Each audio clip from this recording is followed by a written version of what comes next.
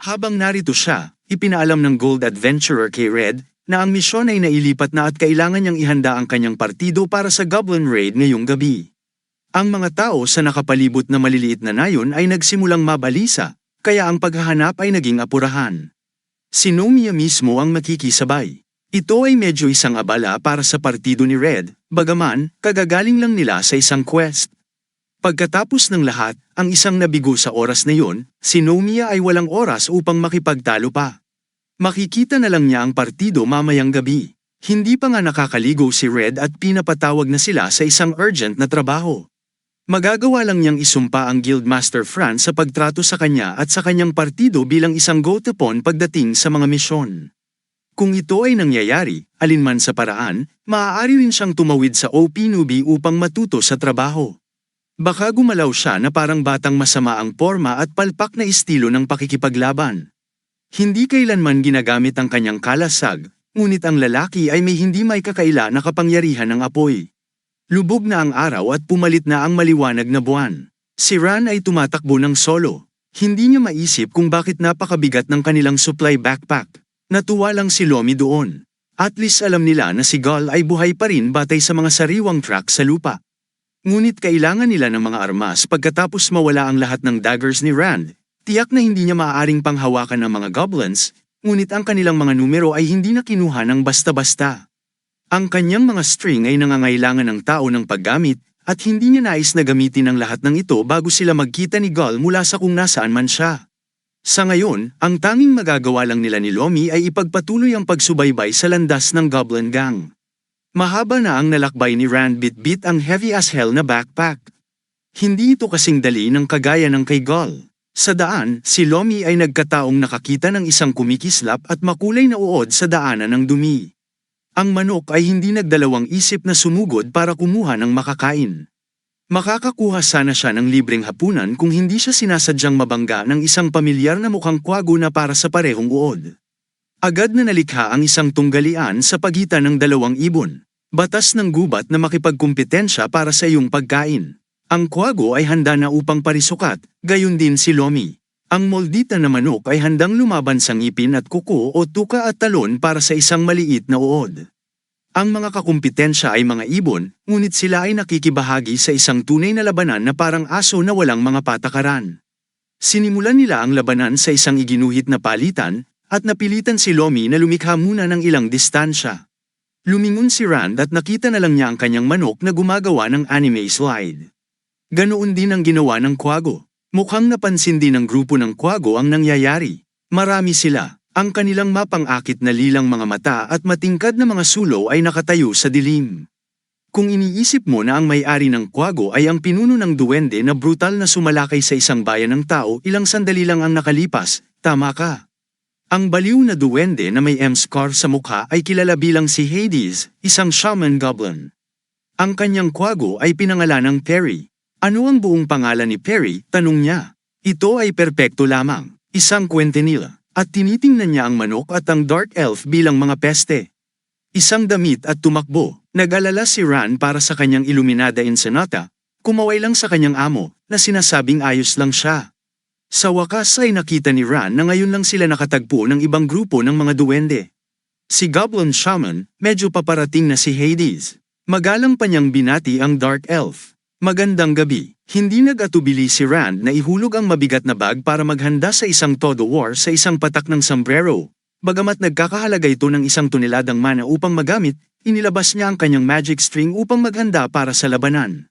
Kinawayan lang ito ni Hades at sinabihan ng dark elf na magpalamig. Dahil napakahabang araw niya mismo, kailangan niyang i-supervise ang kanyang idiot battalion para masigurado na ginagawa nila ang kanilang mga karumal-dumal na trabaho, di ba? Si Hades ay hindi talagang nasa mood na makipag-away sa isang dark elf assassin. Si Ran ay pumalakpak pabalik. Wala siyang pakialam kung gaano kahirap ang naging araw ng duwende. Dapat silang lumipat at hahayaan niya sila. Parang walang problema ang Hades dyan, pero ang away ay sa pagitan ng kanilang mga alagang hayop kung kaninong merienda. Una, iminungkahi niya na hayaan na lang nila ang 2 ibon na mag-ayos, nang makatwiran at sumunod sa panukalang iyon si Rand. Isang malisyosong ngiti ang ibinalik ni Hades. Sa tingin niya ay mabilis na matatapos ng kanyang kwago sa tunggalian na ito. Pinulot ng Dark Elf at inihagis ang kanyang manok na parang Pokemon. Ito ay tungkol sa oras para sa Illuminati Ensenata upang ipakita kung ano ang kanyang kakayahan. Tamang-tama ang paglapag ni Lomi gamit ang kanyang dalawang paa ng manok. Ipinakita niya ang kanyang sarili up sa isang malakas na tilaok. Gusto ni Hades ang kompetisyon. Sa tingin niya ay maanghang ito, kaya nagpadala siya ng perpektong quintonilla para tumalon din sa larangan ng digmaan. Mukhang mabangis si Perry. Ibibigay na niya ang lahat gamit ang isang woot-woot. Matibay ang paniniwala ng duwendeng shaman na si Lomi ay ang manok ay hindi magkakaroon ng pagkakataon laban sa kanyang kwago. Iba rin ang paniniwala ni Ran. Napapanood lang nila at makita kung ano ang kaya ni Lomi. Habang si Hades kasama si Perry sa isang sulok at tumakbo kasama si Lomi.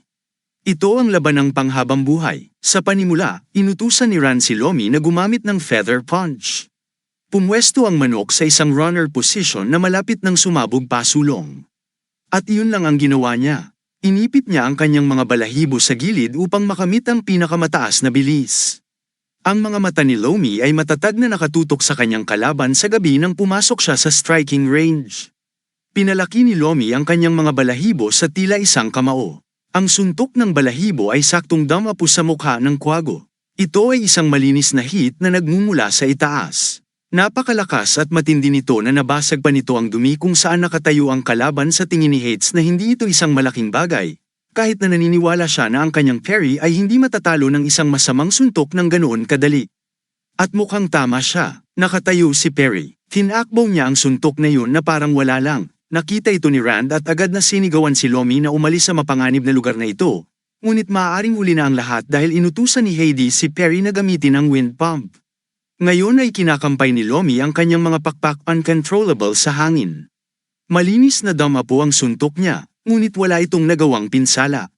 Bilang tugon, pinakawala ni Perry ang maliit na air vortex, ang nakakatakot na hangin. Sinubukan ni Lomi na iwasan ang mga tore ng pinuputol na hangin ng kasing bilis ng isang malamayan na matabang manok. Ngunit sayang, hindi sapat ang kanyang mga pagsisikap at isang maliit na ipoipo ang nagawang dumapo sa kanyang katawan. Inangat siya ng puyo ng tubig sa kalangitan at sumabog sa isang bugso ng hangin sa pinakamataas na punto. Sa susunod na segundo, isang mapurol na kulog ang maririnig. Ang mahalagang manok ni Rand, na si Illumina Ensenada o Lomi sa madaling salita, ay dumanas ng maraming pinsala mula sa isang kritikal na welga, ngunit si Lomi ay may puso ng isang underdog, kahit na siya ay isang manok. Gusto niyang labanan ng sakit at bumangon. Kahit galit at hindi inaasahan ng kanyang mga goblin goons nakakapit ang ibon pagkatapos ng wind pump na yon. Kung gusto pang lumaban ni Lomi, nandyan si Ran para suportahan at idirekta siya. Ang susunod na pag-atake at ang kanilang arsenal ay Feather Spine leveraged. Isa sa mga lakas niya, ang bilis niya na nakakasabay pa sa pinakamabilis na orcs at isang Dark Elf assassin. Sa pagkakataong ito ay gusto niyang makasigurado na hindi lang siya tumatama, kundi malakas siyang tumama. Sa kalagitnaan ng pagmamadali, pumasok siya sa isang uri ng martial arts pose habang nakasuspend sa ere. Inihanda na niya ang susunod niyang pag-atake. Inalis niya ang isa niyang pakpak pataas at lumipad ang maraming piraso ng balahibo. Ang pag-atake na ito ay hindi lamang isang simpleng feather blaster. Kinokontrol talaga ni Lomi ang hangin sa paligid ng kanyang kalaban na umiikot ang mga balahibo. Tiningnan ito ni Hades at nag-alala para sa kanyang perfecta. Alam niya kung ano ang ginagawa ng pesteng chicken na yun. Sinusubukan niyang pabagsakin si Perry at gumagana ito. Mukhang hindi big deal ang feather spin. Pagkatapos ng lahat, nagawa ni Perry na makawala mula sa pagkakakulong pagkatapos ng ilang sandali. Ngunit iyon ang sandaling nagkagulo ang kawawang kwago. Kinuha niya ang bitag at nagmamadaling tumakbo. Inutusan si Lomi na isagawa ang totoong attack peg. Inangat ng manok ang kanyang ulo at inihanda ang pinakamakapangyarihang pamamaraan na maaari niyang makuha. Ito ay isang mahabang hanay na krus na gumagamit ng kanyang matalas na tuka ng enerhiya bilang isang uri ng laser blaster, ang tech. Ang huling paglalakbay ay napakabilis, at hindi lang yun. Ang susunod na bahagi ay para kay Lomi na tumugma sa bilis nito at sumugod sa mismong pagsabog sa ibabaw ng mapanirang kapangyarihan ng laser. Parang atake, naroon din ang papasok na pisikal na opens iba ni Lomi. Si Perry ay napagod matapos harapin ang mahirap na pag-ikot ng balahibo. Open wide siya para sa ultimate attack ni Lomi. Alam niyang hindi ito katulad ng feather punch na madali niyang kinain ng walang gulo kanina. Ito ang totoong deal. Ang susunod na bagay na alam mo, nagkaroon lamang ng isang napakalaking pagsabog na nagpapaliwanag sa madilim at mamasa-masa na bakas ng dumi sa ilalim ng liwanag ng buwan. Ngunit mukhang kahit na ang pinakamalakas na pag-atake ni Lomi ay hindi sapat. Perry, napakalakas ng kwago at mas may karanasan. Napahawak na lang siya sa kahinaan ng teknik. Ang tuka ni Lomi, hindi makapaniwala si Rand sa kanyang mga mata. Ginawa nila ang lahat ng tama at na-time ang lahat ng perpekto. Natawa na lang si Hades. Hindi na kailangang mag-alala tungkol sa kanyang alaga pagkatapos ng lahat. Sa puntong ito, ang tanging bagay na kailangan nilang gawin ay tapusin ang labanan gamit ang signature wind bomb ni Perry. Habang nakahawak sa tuka ng natatakot na manok sa isang pakpak, itinaas ni Perry ang isa pa sa isang nagbabantang pagpapakita ng pagkakaiba ng lakas. Ang sumunod na nangyari ay walang magarbong o komplikado. Sinampal ni Perry ang mukha ni Lomi nang may lakas na kasing lakas ng kwago. Walang frills, puro simple lang. Isang malakas na sampal na nagpasya sa nagwagi sa mahaba at matinding labanan. Sumigaw ang maitim na duwende habang ang kanyang mahalagang Lomi ay pinalipad ng hindi pinapakpak ang kanyang maliliit na pakpak. Ngayon, balikan natin kung ano ang ginagawa ngayon ni Gull. Ang batang orc ay hindi sinasadyang inampo ng wyvern hunting goblins matapos mabasa ng wyvern egg yolk. At mukha siyang duwende. Sa halip na makaramdam ng pagkabalisa o takot, ang layunin ay pinaghalo mismo kay Bosky at ang kanyang barkada ay mahilig kumanta, sumayaw at magsaya. Iyan talaga ang ikinatutuwa ni Gull ngayon, tiniyak ni Bosky, sa kanya na ito ay wala sa lahat. Maghintay na lang siya hanggang sa makabalik sila sa lungga kung saan nangyayari ang totoong selebrasyon. Ito ay magiging isang sabog. Nasa festive mood si Gull at parang walang magbabago doon. Sa kahabaan ng daan, nagsimula siyang makakita ng mga buto na nakakalat sa paligid ng trail na hindi humahantong sa kanya. Susunod, dumating ang ilang mapanganib na matutulis na spike na nagkalat sa lahat ng panig ng trail na hindi man lang kakaiba ang hitsura. Makalipas ang ilang minutong paglalakad, napansin niyang may dugo sa buong patay na puno sa lugar. Gayunpaman, nagsasaya si Gull. Wala siyang pakialam sa paligid. Ngunit nang makapasok na sila sa madilim na kagubatan malapit sa pugad ng mga duwende, ang mga bangkay na mukhang bagong torture ay nakahandusay. Ang isang ito pop bubble kay Gull para sa ilang kadahilanan. Isa sa mga aral ni Elder Gurn ang pumasok sa kanyang isipan. Mahigpit silang binalaan ng matanda na huwag na sa kanilang buhay. Magtiwala sa isang duwende. Maaaring sila ay walang malasakit at palakaibigan, ngunit ang kanilang mga paraan ay iba. Nakamamatay na iba sa gabi. Nagsisi siyang hindi nakinig sa mga turo ng matanda sa mga nakaraang taon. Napapaligiran na siya ngayon ng isang gang ng mga duwende, at papunta na sila sa lungga, nag-isip siya ng paraan palabas at ang pinakamagandang naiisip niya ay ang magdahilan para umihi. Nais niyang magpatuloy ang gang habang siya ay bumalik at nakahanap ng batong may ihian. Si Boss Kai ay nagkaroon ng isang espesyal na interes sa kanya. Sinabi ni Boss Kai sa kanya na nagsasalita siya ng walang kaparikon dahil ang mga goblin ay maaaring umihi kahit saan, kahit na sa loob ng lungga masyadong matagal bago napagtanto ni Gull kung ano ang nangyayari. Nakarating na sila sa entrance at exit caves of Virtue of the Goblin's Base. Maririnig mo ang musika at kasiyahan mula sa labas kung gaano ito kalakas. Personal na gustong i-welcome ni Boss Kai si Gull kay Wartia. Dito mayroon silang pinakamalaki, pinakamaingay at pinakabaliw na goblin party kailanman. Ngayon lang napagtanto ni Gull na may limitadong talino na ang mga taong ito ay nagkakamali sa pag-iisip na siya ay isang duwende na tulad nila. Kinakabahan siyang lumunok at inaliw ang sarili na hindi dapat masyadong masamain ang mga party. Ang maker sa Fast Goblin ay nananatiling mapagmasid sa buong biyahe. Siya lang ang nakakapansin at nagtataka kung bakit kakaiba ang kinikilos ng duwende na sinundo nila kanina.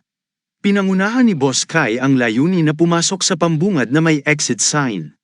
Ang batang orc ay halos tanggihan ng sandali, ngunit iginiit niya na ang isang mabuting duwende ay palaging pumapasok sa kuweba na may tandang enter sa likod ng kanyang isip. Iniisip ni Gull na may pinaplano si Boss Kai na hindi maganda. Mula ngayon ay papraktis niya ang itinuro sa kanya ni Gramps. Huwag magtiwala sa isang duwende. Ngunit inamin din niya na ang pagpasok sa labasan ay maaaring medyo kapana-panabik. Nanunood pa rin si Mac Garin kung paano mag-interact ang boss at ang newbie at lalong lumaki ang hinala niya nang tawagin ng Smart Goblin Ronsen ang atensyon niya, Gusto lang magtanong ni Ronson sa body niya kung ano ang problema. Pagkatapos ay tinanong niya si McGareen kung nag-iisip siya ngayon, at kung ititigil niya ito dahil masama yun sa kanyang kalusugan. Iginiit ni Ronson na ang pag-iisip tungkol sa mga bagay ay para lamang sa mga matalinong tulad niya. Ngunit sa sandaling ito ay malugod niyang maririnig ang anumang malalim na pag-iisip na dinaranas ni McGareen. Iniisip ni McGareen na si Ronson ay hindi mukhang matalino, ngunit siya ay tila mapagkakatiwalaan. Una sa lahat, wala ni isa sa kanila ang nakakita ng duwende na nakasuot ng afro para doon. Sumasang-ayon si Ronson, itong Mars Dude na kinuha at pinangalanan ng amo ang una. Sa tingin nila isa siya sa isang uri. Isa pang dapat isaalang-alang ay hindi pa sila nakakita ng isa pang duwende na hindi nakasuot ng itim na balat, masikip na pantalon. Ngayon lang din napansin ni Ronson. Samantala, nanginginig na sa takot at tensyon si Gull nang marinig niya ang pag-aaral ng ibang mga duwende sa kanya. Nagbilang si Ronson sa siyam at ginamit ang buong potensyal ng kanyang maliit na utak at kapangyarihan sa pag-iisip ng goblin. Pagkatapos ng ilang sandali ng malalim na pag-iisip, kumbinsido siya na si Mars ay 100% na isang duwende. When asked how he answered that, mathematics lang naman, buddy. Sa kabutihang palad para kay Gull, ang pinakamatalinong goblin na mayroon sila ay pipitulad ng mga bato at iniwan na ni McGareen ang bagay na ito. Malapit na siyang matuklasan at magdusa ng hindi masabi na mga kahihinatnan. Mabilis ding pumayag si McGareen dahil siya ang nakakita kay Mars na tumira sa bumubulusok na lalamunan ng Wyvern bago natama ni Boss Kai ang huling suntok. Sapat na ang paggalang niya kay Mars para isipin na isa siya sa mga kandidato para sa seremonya mamaya. At kaya ang Goblin Gang, sa pangunguna ni Boss Kai, ay pumasok sa Worthia. Walang pagpipilian si Gull kundi sumunod sa ngayon, ngunit sa hinaharap ay nais niyang isaisip na panatilihin ang kanyang distansya mula sa mga goblins. Ngunit ang pag-iisip na yun ay maaaring magbago ng kaunti. Ngayong nakikita na niya ang loob ng pugad ng goblin, ang anumang takot at kawalan ng katiyakan, isinantabi ang layuning iyon na iniisip. Sa sandaling yun, ang Worthia ay isang napakalaking sistema ng kuweba na puno ng mga flag ng festival, disco lights, magandang musika at good vibes. Ilang duwende na kilala si Boss Kai Gang ay matiyag ang naghihintay sa kanilang pagdating, kahit saan ka tumingin. May mga goblins na nakangiti habang sumasayaw sa musika na kainahinalang tunog malapit sa lupa, hangin at apoy. Kung ito ang iyong unang pagkakataon na makakita ng mga duwende, aakalain mong hindi sila ang mga nilalang na gumagawa ng mga hindi masasabing gawain sa labas ng mundo. Sa Worthia, nagdadalubhasa sila sa pangangaso ng malalaking wyvern. Ang mga wyvern skeleton na nakasabit sa kanilang matataas na kisame ay katibayan niyan. Maaaring maliit at pipi ang mga goblins, ngunit maaari nilang alisin ang mga tugatog na mandaragit at ipakita ang kanilang mga bangkay. Napansin ng bawat isa na si Boss Kai ay bumalik. Lahat ay sumigaw ng pangalan at ipinagdiwang ang namatay na wyvern na kanilang dinala. Nagbabadya rin si Gull sa victory parade para sa boss ng gang. Bamaha ang pangalan ni Kai sa buong Worthia, at pinuri siya ni Gull sa pagiging sikat. Si McGareen naman ay gustong makipag-usap sa amo. Ang amo ay medyo isang tanyag na tao sa mga denizens ng pugad. Ngayon ay papunta na siya sa gitna ng isang stage kung saan nagtipo na ang tatlong duwende. Tinuya ni Boss Kai ang tatlo pa na sa wakas ay dumating na ang hari. Kumpiyansa siya na kasing ganda na niya ang lugar. Habang ang mga masa ng duwende ay umaawit at nagpapalakpakan ay nakakamatay ang mga duwende na nakaposisyon sa harap ng entablado. Kinuha ng katahimikan ang pagkakataong tumingin sa paligid ng lungga, dahil sa pag-usisa, sa isang random na sulok malapit sa entablado ay isang bakal na kulungan kung saan nakakulong ang mga babaeng tao. Kabilang sa mga bihag ay si Miss Rekea, ang magandang babae mula sa kakaibang maliit na nayon na ni-raid ni Hades at ng kanyang mga goons. Na hindi alam ni Gull kung bakit may mga tao sa kulungan malapit sa seremonya, kaya sinadya niyang tanungin ang mga Capon kung ano ang nangyari, ngunit hindi niya sinasadyang nahila pababa ang pantalon ng tanggang goblin na nagpapakita ng makintab na likuran. Nalito si Capons na tila hindi alam ni Gull kung para saan ang mga taong bihag, ngunit dapat malaman ng bawat goblin ang tungkol doon, kaya naisip niyang maaaring nagtatanong si Gull tungkol sa hawla. Ipinaliwanag niya na ang hawla ay ninakaw mula sa mga tao pati na rin ang mataas na kalidad na makintab na bakal ay ninakaw mula sa isang tao na tinatawag na Nicolas Cage. Nagpatuloy ang inosenteng si Gull kung bakit nasa hawla ang mga tao. Kung may ginawa silang masama o ano. Buong pagmamalaking ipinaliwanag ni Capons na kinidnap nila ang mga tao sa mga sakahan at gagamitin sila bilang sakripisyo para sa Goblin King mamaya. Ngunit bago pa maipaliwanag ng buo si Kupon, sinakal na siya ni Liutay sa leeg dahil sa pagpapakita niya sa isang dalaga ng isang bagay na kasing kilabot ng kanyang makintab na puwet. Inatasan ng isa sa mga duwende na nakaupo sa mga trono ang Goblin Shaman na si Hades upang simulan ang seremonya. Samantala sa pagkakataong ito, si Perry, ang kwago, ay muling gagawa pagkatapos ng kanyang munting manok na lumaban, na ipinakain ng kanyang consier na apoy sa kanyang alagang ibon at ito ay mahiwagang nagliwanag sa mga mata ni Perry. Sa isang nagniningas na liwanag, pagkatapos ay hinayaan niyang lumipad ang kwago mula sa kanyang mga balikat pataas sa hangin. Mariing ibinaba ni Perry ang kanyang mga pakpak. Kung titingnan mo si Perry sa lumang God-looking state na ang kanyang buong pangalan ng perpektong kwintinila ay tila isang perpektong akma. Ipinahayag ni Hades sa bawat isa na magsasalita na ang matanda.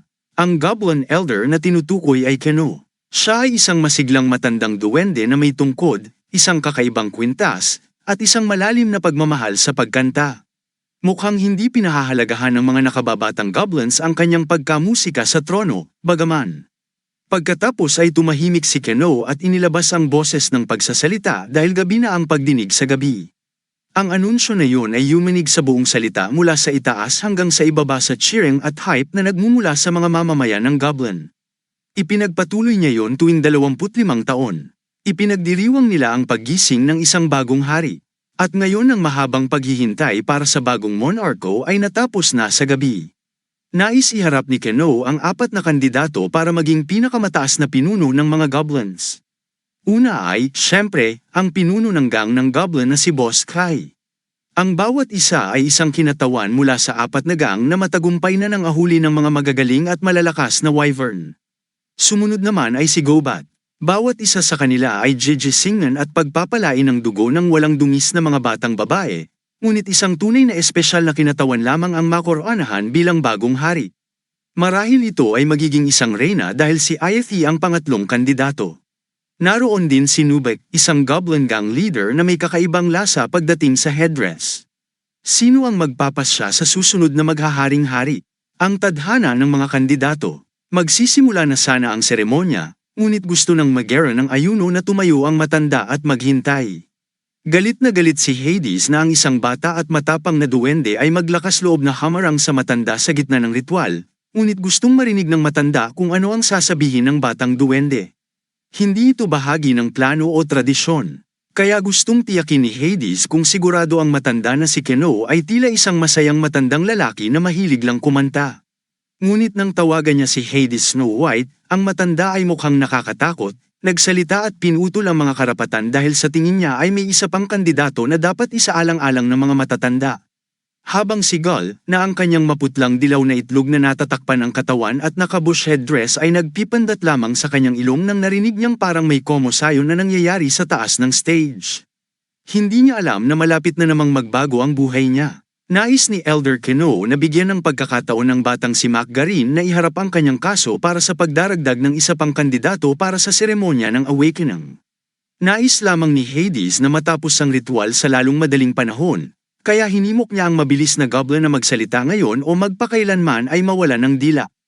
Ang matanda ay tila mapagbigay sa pagdinig sa pagsusumamo, ngunit siya ay malayo sa pagiging mapagbigay. Hindi umimik si Macgarin sa sinabi niya. Naniniwala siya na dapat niyang sabihin ang nasa isip niya. Ang katotohanan na may isa pang duwende na nagbigay ng kritikal na suntok sa wyvern bago ito napatay ni Boss Kai, na pagdinig na lumabas mula sa kanyang mga tapat na nasasakupan, ang bibig ay lubos na nabigla sa amo.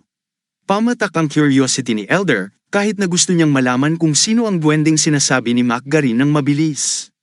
Agad niyang itinuro si Mars, na kilala rin bilang Gull. Ang batang si Orc ay natakot dahil hindi niya alam kung ano ang nangyayari at kung bakit siya pinipili para sa ilang ritual. Umiling si Gull bilang pagtanggi. Patuloy niyang iginiit na siya ay inosente at hindi siya nakapatay ng isang napakalaking ibon. Ngunit ang matanda ay nagnanais na linawin ito. Inutusan niya si Mag-Erin na igalaw ang kanyang puwet at dalhin ang tinatawag na Mars sa entablado na kasing baliw ni Boss Kai. Maaari siyang maging makatwiran pagdating sa kanyang mga kaibigan. Wala siyang reklamo kung madadagdag si Mars sa mga napiling kandidato. Ang iba pang mga miyembro ng gang ay sinusubukan ng kanilang makakaya upang itulak ang Mars pasulong. Maaaring ayaw ng batang orc, ngunit ang Goblin Gang, at lalo na si MC Garin, ay hindi nakikinig sa kanyang pakiusap. Hinimok ng Fast Goblin si Gould na ito ay isang magandang bagay dahil ang seremonya ay magdadala ng isang malaking gantimpala. Ang pagkarinig ng salitang gantimpala ay naging dahilan ng pagka-curiosity ni Gould. Kung may reward talaga, baka tumambay lang siya. Sa ngayon, mayroong 5 kandidato para sa ritual, hiniling ni Elder Keno simula ni Hades ang pag-usad ng seremonya, mabilis na sumunod ang shaman. Itinuro niya pataas at nagbigay ng hudyat para sa pagsisimula ng bagong panahon sa Warthia. Isang goblin drummer ang nagsimulang pumalo sa mga drum gamit ang kanyang bone sticks ng kasing lakas at lakas ng kanyang makakaya. Hindi nagtagal ay dumating ang iba pang mga drummer na tumutugtog na may parehong intensity at volume upang malunod ang mga tunog sa loob ng pugad ng duwende. Sinimulan ni Hades ang chant sa isang malakas na EO, ibig sabihin ay magpunyagi ang lahat sa pagdiriwang. Nagpatuloy ang shaman na gawin sa isang O. Sa puntong ito ay parang nagsasalita siya ng mga wika, ngunit ang mga manunood ay nakakakuha ng vibe sa gabi ay isang espesyal na gabi at ang bawat duwende at Warthia ay naghihintay para dito. Si Hades ay lubos na nasiyahan sa pakikilahok ng madla. Sumunod na dumating ang tamang cheer. At, sa puntong ito, nagsisimula na itong tumunog na hindi katulad ng isang napakasikat na konsyerto ng banda, ngunit sa gitna ng sigawan ng mga tao, sinubak ang unang nakadama ng pagbabagong darating. Naramdaman niya ang tibok ng kanyang puso na mas mabilis at mas malakas kaysa karaniwan. Ang parehong bagay ay nangyayari sa lahat ng mga kandidato para sa ritual. Oo, kahit nakasama si Gull sa kanyang kulay ng itlog ng wyvern at bush sa ulo. Ito ay isang napakasakit na sensasyon na gumagapang mula sa loob ng kanilang mga katawan. Hindi na kaya na ninubat ang tindi ng paggising at nawala ng malay. Medyo bumuti na si Yathi, pero hindi naman masyado. Hindi rin nakaya na ni Gobat ang sakit nang siya ay hinimitay sa likuran. Si Boss Kai ay isang exception, kahit na siya ay hindi sa anumang hindi mabatid na sakit.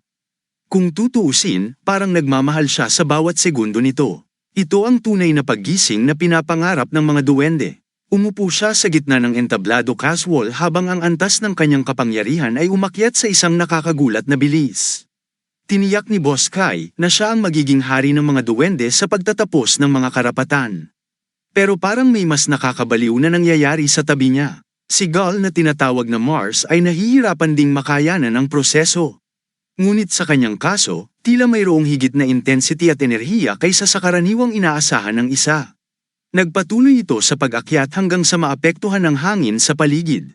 Parang nakayuko ito sa kanya. Sumunod na dumating ang isang maliwanag na liwanag ng nagniningas na pag-aapoy na nagpasunog sa peking bush na ulo ng Gull. Ang apoy ay hindi lamang nakakaapekto sa kanyang peking buhok, ngunit ito rin ay nakakaapekto sa kanyang buong sistema. Parang nagliliyab na enerhiya ang pilit kumawala sa mga eyeballs niya. Si Gull ay parang magiging super Sean na may nagniningas na gininto ang aura, nilalamon ng buong pagkatao niya. Habang ang konsentrasyon ng enerhiya ay umabot sa pinakamataas na punto nito, ang paggising ng iba pang mga kandidato ay nagsimulang magmukhang walang anuman kundi isang maliit na patak ng kapangyarihan. Habang si Gull ay ganap na umuunlad, ang wyvern egg matter sa kanyang balat ay nagsimulang masunog at maging madilim. Ganoon din sa kanyang peking bush head. Napanood ito ni Busky nang may pagkabigla at takot sa buong buhay niya. Natitiyak ni Busky na siya ang ipapangakong hari ng mga duwende ng Warthia. Ngunit nang makita ang random na batang ito na pinangalanan niyang Mars ay naging isang nilalang na kamukha ng araw, nagsimulang mag-alinlangan ang mga makaharing ideyang iyon. Ang sakit at tindi ng proseso ng paggising ay nagsimulang makaapekto kay Boss Kai matapos ang kanyang pag-aalinlangan ng kaunti. Tulad ng ibang mga katamtamang kandidato, nagsimula siyang mawala ng malay. Nawalan siya ng malay habang nakaluhod na nakayuko ang ulo. Para siyang isang confident na hari na nagising kanina. Ngunit ang kanyang glow ay masyadong malabo kung ikukumpara sa mga ilaw na ginto ni Gull. Hindi inaasahan ng shaman na masasaksihan niya ang napakagandang palabas sa sagradong seremonyang ito. Hindi sa ganitong antas, ang tatlong matatanda ay nasa parehong bangka, si Elder Lee, na natulog sa buong ritual, ay nagmulat sa kanyang mga mata sa nakasisilaw na pagpapakita ng mga gang ng Power Goblin, ang huling Elder na ipinakita. Nagsimulang dilaan ang kanyang mga labi at pag-asa habang ang kanyang mga mata ay na-transfixed sa pagbabago ni Gull. Ang panloob na bilog na mga opisyal ng Hobgoblin ay hindi naglakas loob na alisin ang kanilang mga mata sa kagandahang nangyayari sa harap ng kanilang mga mata. Ipinikit din Boss Kai at ng Goblin Gang ang kanilang mga mata at sentido nang makita nila ang buhok ni Mars na naging itim, ang balat ay naging kayumanggi at nagsimulang magbuga at mabangong amoy. Humakbang pasulong ang amoy ng sinunog na mga itlog. Si Robson Smart na para bang siya lang ang nakakaalam sa nangyayari ngayon. Malakas niyang sinabi na ito ang kapanganakan ng isang super goblin. Hindi napigilan ng Boss Kai Gang ang pagmamalaki habang pinagmamasdan ang pagtaas ng sigla ni Mars, kahit isang araw pa lang nilang kilala ang bata, kaibigan pa rin ang tingin nila sa kanya. Samantala habang ang batang orc ay nahimatay na tulad ng kanyang mga kapwa-kandidato, nang ang paggising at pagsipsip ng bagong enerhiya ay natapos, ang apoy ay nawala at si Gull ay naiwan upang malaya ang pagkahulog mula sa mataas. Sina Noob, Yatha, Gobbat at Boss Kai, mga pinuno ng kani-kanilang mga bagong dating na Goblin Gangs ay pinatalsik kasama ang mga batang orc na napagkamala nilang kapwa Goblin. Ang makukulit na nakatatandang si Kino sa kanilang trono ay hindi napigil ang mapangiti mula sa tainga matapos makita ang mga magagandang resulta. Ngayong tapos na ang kapana-panabik na bahagi. Ang mga kandidato ay dadalhin sa isang espesyal na silid upang pagalingin ang bawat isa ay inaasahan ang kanilang pinakahihintay na pagpupulong sa bagong hari at sa pamamagitan ng hitsura ng kung paano napunta ang seremonya. Mayroong karaniwang hindi sinasabing pinagkasunduan na maaaring ang Mars ang kanilang hinahanap. Habang natutulog ang mga bagong gising na goblins, ituon natin ang ating atensyon sa costume distrito ng Envy at marangyang gusali na nagpapalakas ng mga kulay ng arkitektura ng hukbo ng demonyo. Sa loob ay ang huwarang Envy kapitan ng hukbo na si Shuya. Nakatingin siya sa kanyang mga kamay na gumawa ng ilang hindi masabi na mga bagay sa nasugatan na mga mata. Tama, kinuyam niya ang kamay sa isang mahigpit na kamao. Sa isang nasisiyahang ekspresyon sa kanyang lumang mug, isang kitakot-takot na ngiti ang ipininta sa kanyang lumang mga labi ng asno. Natawa siya sa kung gaano kiginhawa ang pagkakaroon ng kapangyarihan. Ngayong tapos na siya sa pag-iisip ng mga bagay-bagay. Oras na para maglakad gamit ang kanyang mapagkakatiwalaang setro na nagsisilbing isang tungkod. Tinawag ng matandang kilabot ang kanyang dalawang pinakamalapit na subordinate, sina Surrey at Baron. Naghihintay na sila sa kapitan sa labas ng main quarters. Ang Envy Captain ay may napakahalagang agenda sa araw na ito at walang oras na mawala. Pero bago yun, nag-alok ng tubig ang isa sa mga kampanya sa matanda. Ang isa naman ay buong kababang loob na nagtanong sa kapitan kung ganap na ba siyang gumaling sa mahinang hitsura ng kitakot-takot na kapitan. Habang siya ay lumulunok ng tubig, mukhang kakailanganin niya ng mga taon ng pagtanda para makabawi, ngunit ang hitsura ay maaaring mapanlinlang. Si Shuya ay hindi ang Envy Army Captain para sa wala na makikita mo sa mata ng matandang geezer na marami siyang karumal-dumal na pagmumuni-muni sa kanyang purple na manggas. Natuwa sina Surrey at Baron na makitang ang kanilang amo ay gumagawa ng mga palihim na galaw na parang isang tunay na demonyo. Ngayong araw, may pupuntahan sila para kunin ang mga magtitiyak sa kanilang tagumpay para sa darating na laban na ang pinag-uusapan ay kapwa-demonyong kasama ng halimaw. Nakasuot ng mahabang buhok at may tattoo na dragon sa balikat.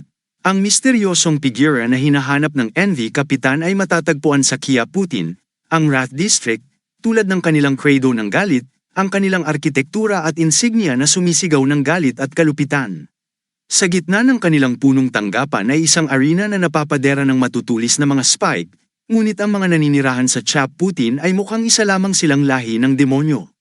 Hindi sila laging galit, ang ilan sa kanila ay mukhang masaya at maligaya sa gabi. Lahat sila ay nakasuot ng parehong damit na sundalo at ang pakikipagkaibigan sa pagitan ng galit na mga mandirigma ay maaaring makilala bilang malapit, magkapatid at maingay, at ang kanilang paboritong libangan ay walang iba kundi ang pakikipaglaban.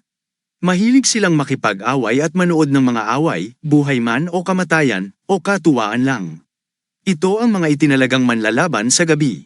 Sa isang sulok ay may demonyong nakatali ang buhok. Mayroon din siyang napakalaking peklat sa kanyang balikat. Sa kabilang sulok ay may kulot na buhok na demonyo na may gallows sa noo. Ang demonyo sa noo ang unang nagtulak para sa paunang pag-atake sa unang segundo. Ang demonyo sa noo ay nakagawa ng malinis na tama na nagpatambas sa balikat. Mga demonyong panga. Ito ay isang kritikal na tama at ang mga palatandaan ng pasa ay naging isang magulang sa balikat at pisngi ng demonyo. Ngunit galit na demons ay hindi madaling sumuko sa isang pag-atake lamang, sumisid na siya with his guard up. It was perfect form at parang nagiging overconfident ang kalaban. Umalingaw-ngaw sa arena ang tunog ng isa pang malinis na tama. Nagtawanan ang mga nakapaligid na madla nang ang demonyo sa noo ay nahuhulog sa ilong habang umiinit ang laban. Nakaupo sa kanyang trono ang misteryosong figura na hinahanap ng NV Kapitan. Todong ngiti siya habang kinakaladkad ito ng mga sundalo. Ang masungit na mukhang demonyong ito ay si Zeke Kenrocky, kapitan ng Wrath Army, at mahilig siya sa dugo, pagpatay at brutal. Ang kanyang boses ang pinakamalakas sa bawat isa sa arena, at gusto niyang makakita ng knockout sa gabi.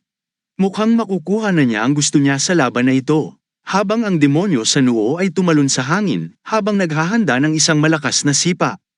Ang mabangis na pag-atake ay damapo sa balikat na nakaharap ang mga demonyo sa mismong lugar kung saan siya sinuntok kanina.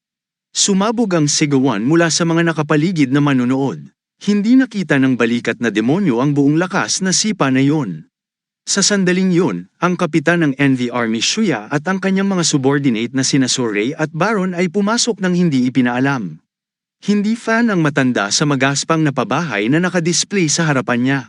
Sa palagay niya ay masyadong malakas ito, at ito ay ang barbaric na fad ng Wrath Army. Baog na pahintulot na makuha ang atensyon ng lahat upang ipaalam sa bawat isa na dumating na ang NV Kapitan, ngunit hindi na kailangan yun. Gusto ng matandang geezer na siya mismo ang gumawa ng pagpapakilala. Hinampas niya ang kanyang setro na dumb oval bilang isang tungkod sa lupa. Isang malakas na kalabog ang bumalot sa buong punong tanggapan. Isang katok lang ay sapat na para ipaalam sa bawat sundalo sa looban na may isang mahalagang tao na nagpakita. Natigil ang laban sa arena at gayon din ang pagpalakpak ng lahat ng galit na demonyo. Sa tatlong figure na kakapasok lang, si Captain Creepy Geezer ay nagbigay ng nakakarimarim ng ngiti sa bawat isa saglit.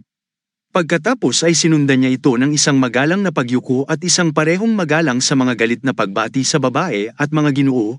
Ang matandang paniki na ito ay mas gusto na pumasok sa negosyo, kaya tinawag niya si Captain Zeke. Hindi natuwa ang galit na captain. Ang isa ay nangangahas na sirain ang saya ng Wrath Army. Bukod sa naghahanap ng atensyon na matandang lalaki, ang geezer pagkatapos ay lumakad ng dahan-dahan, gumawa ng isang linya ng pukyutan patungo sa trono ng kanyang kapwa-kapitan na mga sundalong Wrath, ang hierarchy ng army, at tinatreto ang matandang kapitan ng may sukdulang paggalang habang siya ay dumaan kahit sa noo na demonyo na ay nakikipaglaban lamang ilang segundo ang nakalipas ay tumayo ng tuwid si Ramrod. Habang nakayuko sa harapan ng kapitan ng NV Army, ngumiti ng malawak ang pagmamayari ni Shuya at tiniyak ni Zeke kung sino na ang sasabihin niya ay magiging interesado sa galit na kapitan. Na si Zeke ay wala sa mga pangungutya ng matanda, kahit na sinigawan niya ang kanyang kapwa-kapitan na ilabas ang impyerno sa kanyang kampo. Sa the off chance na may something talaga ang matandang ito, pinaalalahanan siya ni Zeke na may isang bagay lamang na maaaring sumilip sa interes ng mga galit. Kung ang matandang inggit na kapitan ay dumating sa kanyang kampo, dapat isa lang ang dahilan. Kaya tinanong ni Zeke kung sino ang kalaban. Mas mabuting maging malakas sila o ang kapitan na uhaw sa dugo ay hindi nagagalaw sa kanyang upuan. Kumpiyansa si Shuya na kakagate ng warmonger ang brute na ito habang ita-target nila ang pinakamalakas na orc na buhay, ang tinatawag nilang maalamat na Beastmaster noong araw. Nang marinig ang moniker na yun ay natuwa si Zeke sa punto ng pagdurog ng kanyang mga trono sa braso, pahinga at pananabik. Pagkatapos ay nagsimulang lumabas ang manak na tawa. Si Zanraku ay hindi talaga matatag sa pag-iisip. Ang pagbanggit ng isang malakas na kalaban ang tanging bagay na makapagpapatayo sa kanya mula sa kanyang upuan at tumawa na parang baliw. Mayroon pa rin siyang ilang reserbasyon, gayunpaman, sa pagkakaalam niya sa Beastmaster, matagal nang namatay ang matandang orc na yun.